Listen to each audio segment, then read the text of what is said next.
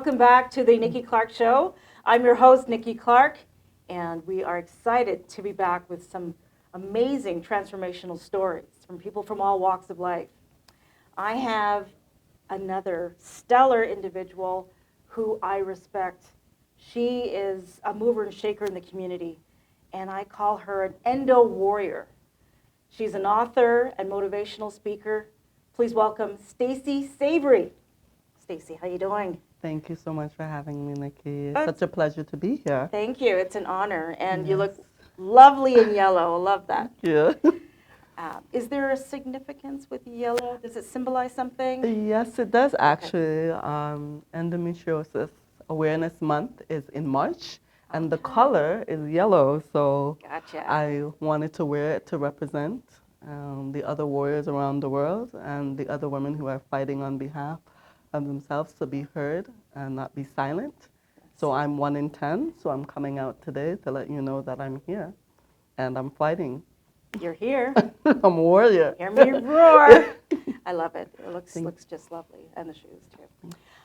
So, you know, I know a little bit about you, but I really would love to talk a bit about the journey leading up to what you're doing today. You have an amazing book, and thank you so much for a signed copy of your book.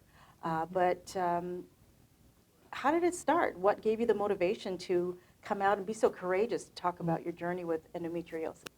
Yes, well, like I said before, there are a lot of people who are staying silent and suffering in silence. Endometriosis is a condition that you wouldn't be able to see it detected. It has to be detected through surgery. And yeah, it's just for myself. I just came to a point where I was just in so much pain, and I was going through my everyday life at work and through social work and through ministry, full-time ministry with Toronto Youth for Christ, Youth Unlimited. Yes. And I was doing camp ministry, taking kids to camp during the summer. But I would be suffering in silence. I would be, unfortunately, hemorrhaging, bleeding. And it got to a point where I'd be in the hospital and multiple blood transfusions, multiple, iron infusions, and nothing would help. I did multiple tests, and I continued to go to the doctor, and I said, you know what? I thought I was the only one going through. But predominantly a lot of black women, Caribbean women suffer from fibroids. So that's what they would say, oh, the cause is for endometriosis. But no, it's something that can develop and actually could become like cancerous into a tumor if it's not taken care of, right? Mm-hmm. So I guess I did have the normal fibroids and cysts, as they say all women had. But I worked through it. I did my life through it. But it came to a point where I actually became bedridden, and I knew something was extremely wrong. Right. So through that journey,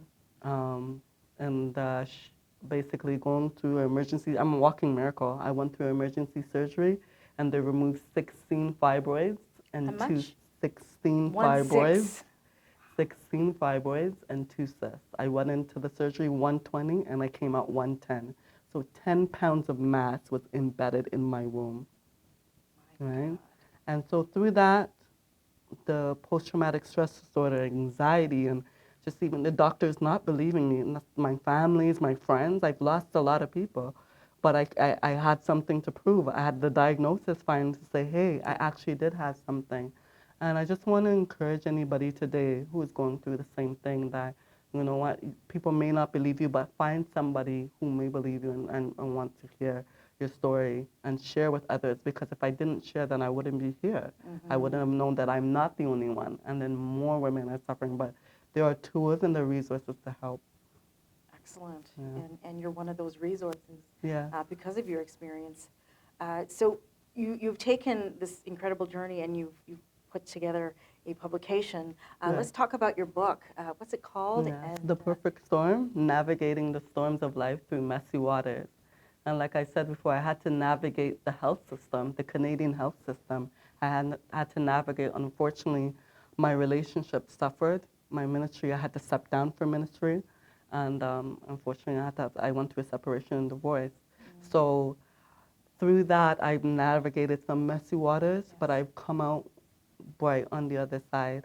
And I've been able to just help steer a course for a way that other women don't have to go through this. Mm-hmm. And suffer, but that they can speak to the people, the community, even their churches. I would love to go into church and talk about, but because of this type of thing, oh, painful periods, oh, it's a taboo. Shh, don't talk about it, right? So I see myself as a victor. I came out victorious on the other end, despite Yes. all.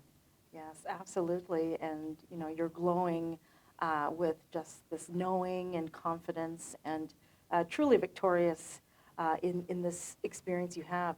But you've got a lot of lessons in your book, and again, thank you for sharing so candidly. What are one of the lessons that you'd like to let people know, men and women, children, know about endometriosis? What can they learn from this? Right. Well, what they can learn, I would believe, is that it's something that it's an everyday process.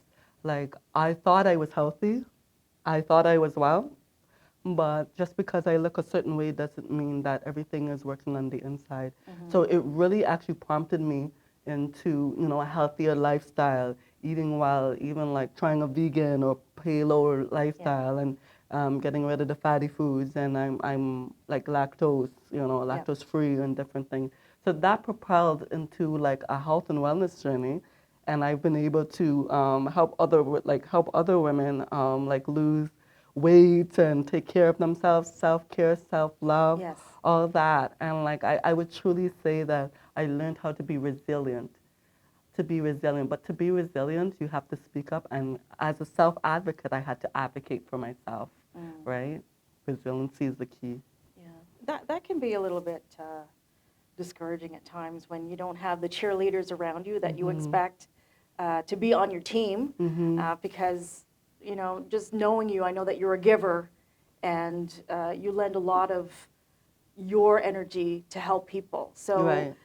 You expect people in your moment of need to Right. reciprocate, and when it doesn't happen, it's very disappointing. Right. Right. So how have you learned through those moments of disappointment how to just keep going? Well, I find my faith in God. God has given me the grace to get up and continue to walk this walk, my faith journey. I would worship Him. I'm a worshiper. I used to be a professional worship dancer with worship emotion. Awesome. So even that. So I'm a worshiper at heart. And I believe that God has given me grace, so therefore I could extend that grace to other people, right? Awesome. So there is light at the end of the tunnel. Yes. There's a lot of messages of hope in your book, and just by looking at you, you're a shining example of just never giving up. Never giving up. Excellent. And you are also, you do so much. Like you're in a pageant as well. Tell us about that. Yes. Well, I'm competing nationally across Canada. I'm delegate for the Miss Canada Galaxy pageant. And Sweet. I am Miss Galaxy Etobicoke 2020-21. And I'm hoping to take the title this summer and this August. This is so exciting. It is really exciting. Yes. And I see all your pre-pageant preparation on Facebook. I'm going to like. So is there anything that we can do to support in the community to make sure that you win? Is there like an online voting? There's an online voting through Facebook. You can there's a People Choice Awards that you can vote for me. But just in terms of support, like just sending a message to me is fine, and just telling people what I'm doing is also great, I'm so supported by the community. Yes. And I'm really happy that I have a team. I call them Team Destiny, because on Facebook and Instagram, I'm Destiny Savary, as many people know me as a social media influencer in that way. So I have I thought Team that Destiny. was your birth name, by the way. Yes. Yeah. Like, no, it's Stacy. Yeah, Destiny. And you know what? It's actually something that came out of my surgery when I couldn't walk and I couldn't talk and I couldn't move. That I felt the Holy Spirit say to me, you know what? Your name is Destiny now. I'm giving you a new name. And that was that inspiration for me to get up and keep going. I love that. I love that. And Destiny, I was not even aware that you have a hearing impairment as well. Yes. So like nothing stops you. Like you just keep going and really inspire so many people. Yeah. So I really do appreciate you. You're an amazing woman. Thank you so much. You must know that. Thank you so much for having me. Awesome.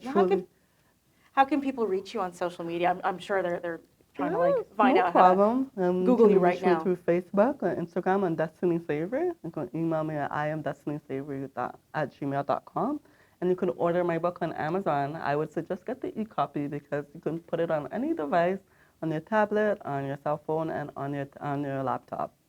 Excellent. Destiny, thank you so much. I wish you all the very best, and God bless you for what you do. Thank you. Awesome. We'll be back.